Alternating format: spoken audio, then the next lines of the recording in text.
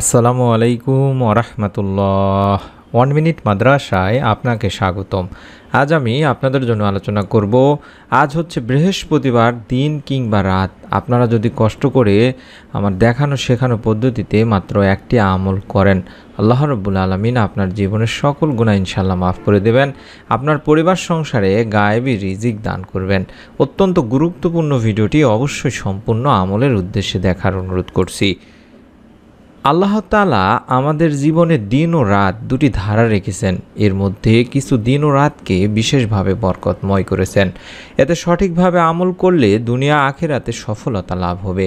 এমন একটি রাত হলো বৃহস্পতিবার রাত, অর্থাৎ জুমার দিনের আগের রাত। বৃহস্পতিবার সূর্যাস্ত থেকে শুক্রবার সুবে সাদিক পর্যন্ত সময়টা অনেক বরকতপূর্ণ দিনে ভাই বোনেরা।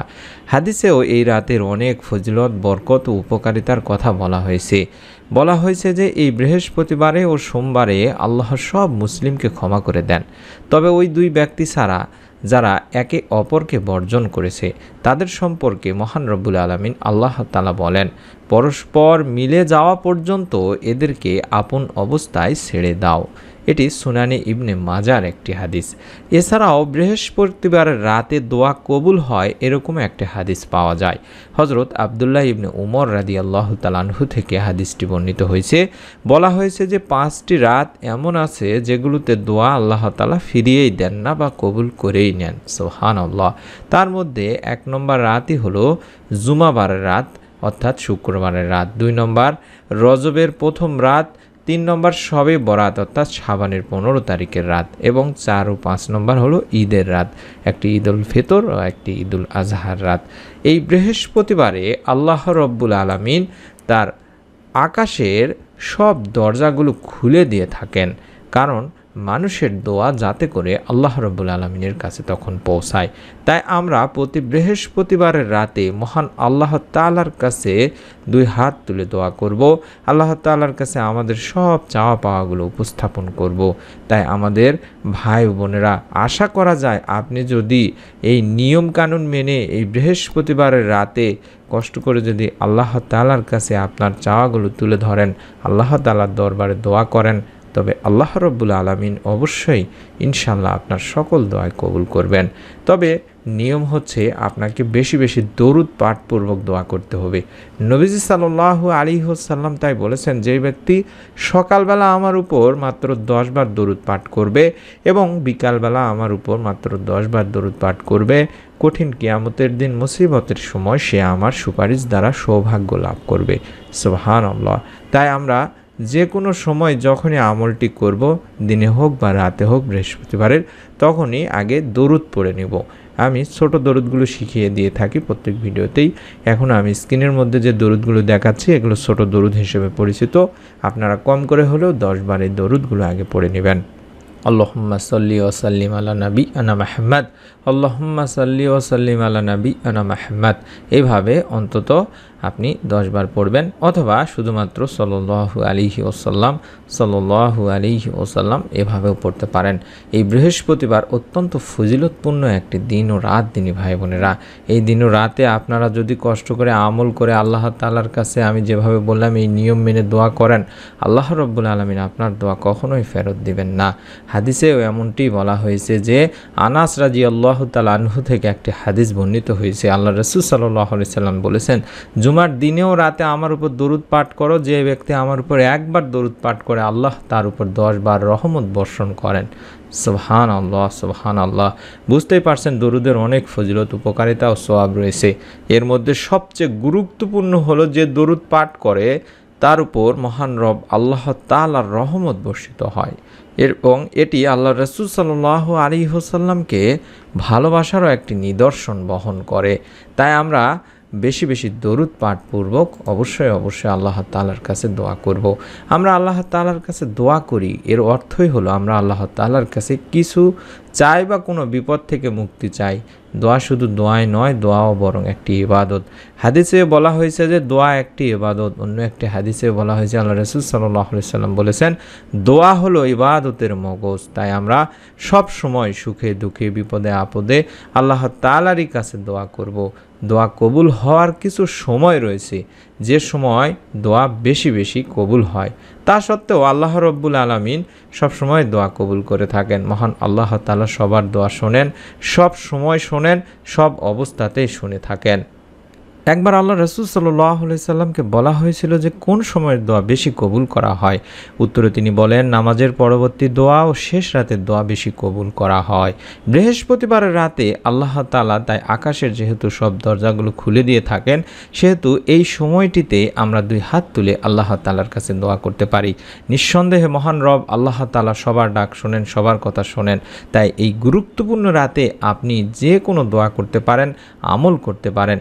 বিশেষ করে দিনী ভাই বোনেরা যদি কষ্ট করে শেষ রাতে অর্থাৎ বাংলাদেশের সময় রাত 3টা থেকে ফজরের আগ পর্যন্ত বা তাহাজ্জুদের সময় উঠে তাহাজ্জুদের 2 রাকাত সালাত আদায় করে কয়েকবার দরুদ শরীফ পাঠ করে আল্লাহ তাআলার কাছে কয়েকবার ইস্তেগফার পাঠ পূর্বক যদি আপনি দোয়া করেন, আল্লাহ রাব্বুল আলামিন আপনার দোয়া ফিরাবেন না ইনশাআল্লাহ।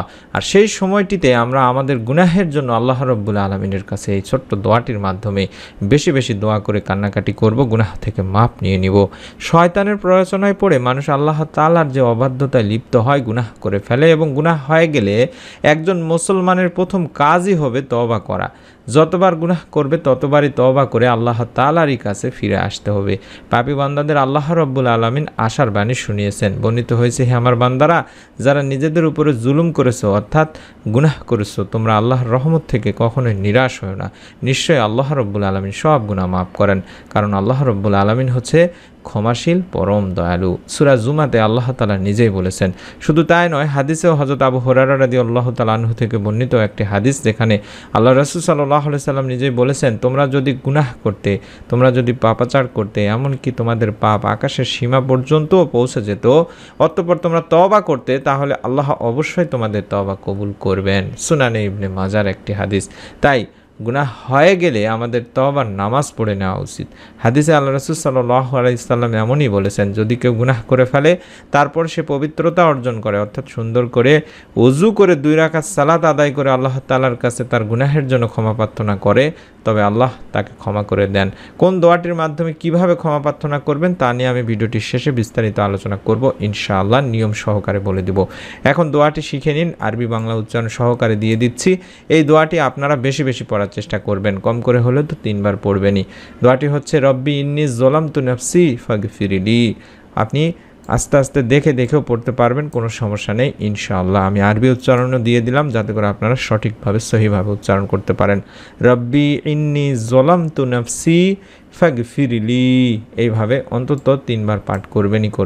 এই দোয়ার স্ক্রিনশট নিন, দেখে পড়ুন, কোনো সমস্যা নেই ইনশাআল্লাহ। দোয়ার অর্থই হচ্ছে, হে আমার রব, নিশ্চয় আমি আমার নফসের প্রতি জুলুম করেছি, সুতরাং আপনি আমাকে ক্ষমা করে দিন।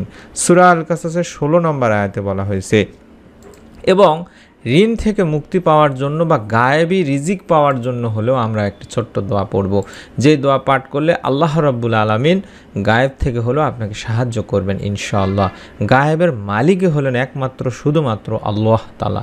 আর তাই গায়েব থেকে আপনি যদি কিছু পেতে চান, তাহলে আল্লাহ তাআলার দুয়ারে আপনাকে ধর্ণা ধরতে হবে, তাকে ডাকতে হবে, এক মন এক চিত্তে জয় করে নিতে হবে মহান প্রভুর মন। তাহলে আল্লাহ রাব্বুল আলামিন আপনাকেও গায়েবী ধন সম্পদ দান করবেন, রহমতে ভরপুর হবে আপনার ইহকালীন এবং পরকালীনও জীবন।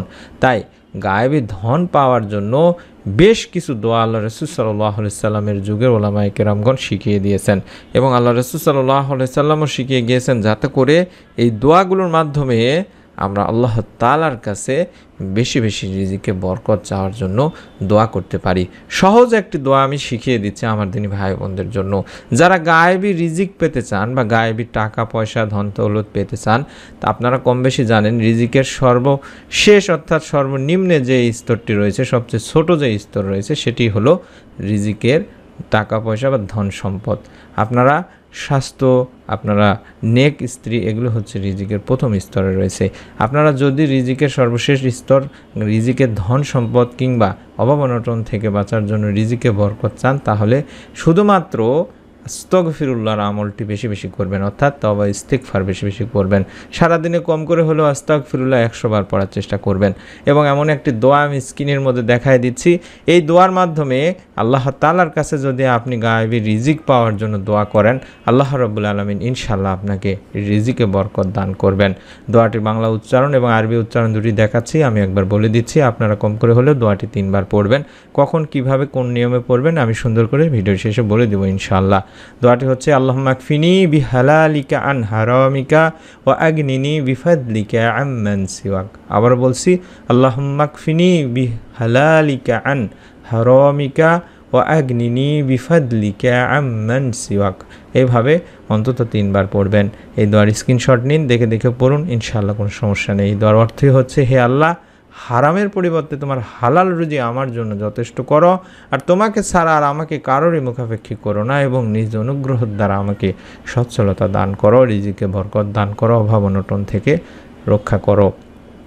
এবার আমি নিয়মটি শিখিয়ে দিচ্ছি। আপনারা পবিত্র এই বৃহস্পতিবার জুমার আগের দিনে কিংবা রাতে, বিশেষ করে তাহাজ্জুদ নামাজের সময়, বাংলাদেশের সময় রাত 3টা থেকে ফজরের আগ পর্যন্ত, এই সময়টিতে ঘুম থেকে উঠে সুন্দর করে দুই রাকাত করে আপনারা 4 রাকাত আগে নামাজ পড়ে নেবেন ওযু করার পরে। তারপরে যে দরুদগুলো দেখাচ্ছি, এই দরুদগুলো অন্তত 11 বার বা 10 বার করে পড়ে নেবেন। এই দরুদগুলো আগে পড়ে নিতে হবে, এই জন্য যে দরুদবিহীন দোয়া আল্লাহ তাআলার কাছে পৌঁছায় না। আমার চ্যানেলের যারা নিয়মিত দর্শক কিংবা নিয়মিত ভিডিওগুলো দেখেন, না টেনে মনোযোগ দিয়ে, তারা জানেন যে দরুদবিহীন দোয়া আল্লাহ তাআলার কাছে পৌঁছে না। হযরত আনাস রাদিয়াল্লাহু তাআলা আনহু থেকে একটি হাদিস আছে, যেখানে বলা হয়েছে, যতক্ষণ আল্লাহ রাসূল সাল্লাল্লাহু আলাইহি সাল্লামের উপর দরুদ পড়া হবে না, ততক্ষণ সে দোয়া বাধাগ্রস্ত অবস্থায় থাকবে, অর্থাৎ এই দোয়া আল্লাহ তাআলার কাছে পৌঁছাবে না, এবং এই দোয়া আল্লাহ তাআলা কবুলও করবে না। আল্লাহ তাআলার কাছে যদি আপনার দোয়া নাই পৌঁছায়, আসমান জমিনের মাঝখানে ঝোলানো থাকে, তাহলে এই দোয়া কবুল হওয়ার চিন্তাও করা যায় না। তাই অনুরোধ করব, দোয়ার শুরুতে আগে 11 বার বা 10 বার দরুদ পড়ে নেবেন।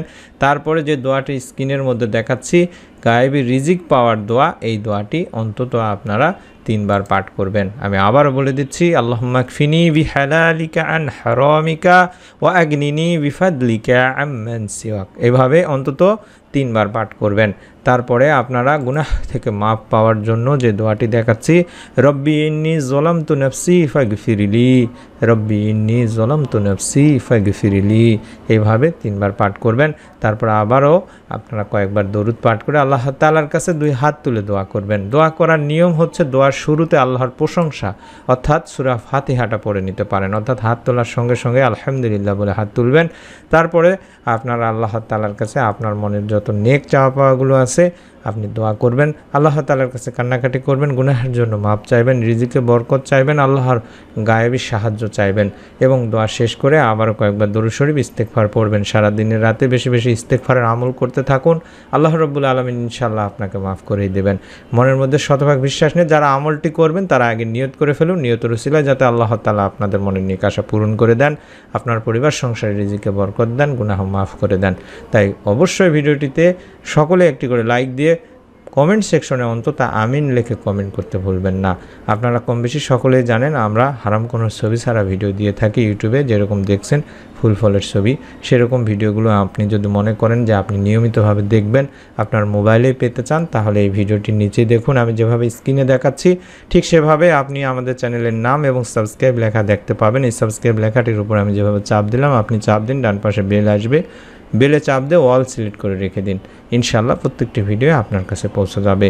সকলে ভালো থাকুন, সুস্থ থাকুন। মহান রব্বুল আলামিন আল্লাহ তাআলা আমাদের সকলকে এই হাদিসের উপরে এই আমলগুলো যথাযথভাবে করার তৌফিক দান করুন।